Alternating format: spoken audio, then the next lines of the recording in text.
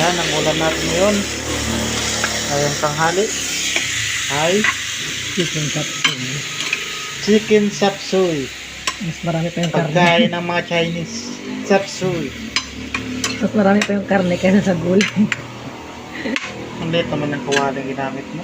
Hindi ko lang malaki. Yan, minikos-mikos na ang ating karne. Ito na.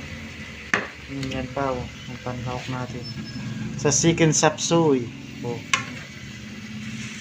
Yan. Isa muna sa butter. Ang simpleng chop suey. Simple ba yan? Ang dami-dami ng sahog.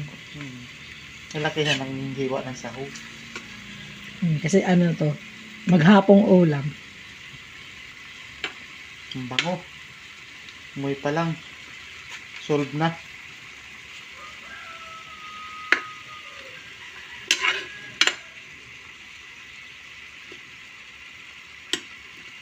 Ba't ginaganyan mo pa?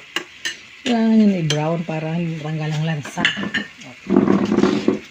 Ganun pala yun. May mga technique pala yun. Hindi tayo marunong nun. Ano ni? Bakit ako bukas dito yun? Yan mga brods. Lagyan na ng pampalasa. Pagpabaho. Lagyan na ng patis. Para magkalasa ang karne. Yan.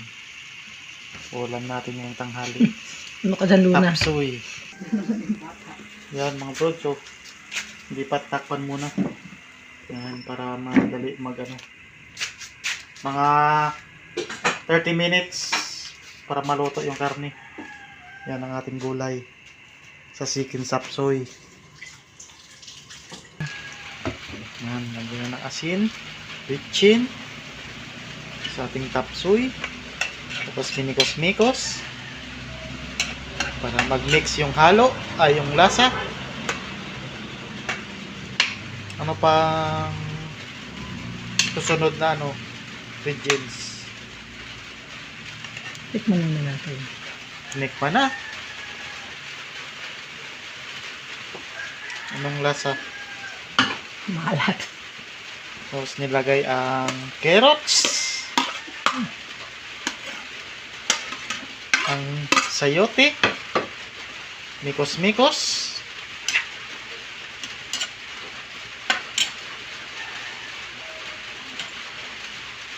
yan. Takpan ulit para maluto. Lumambot yung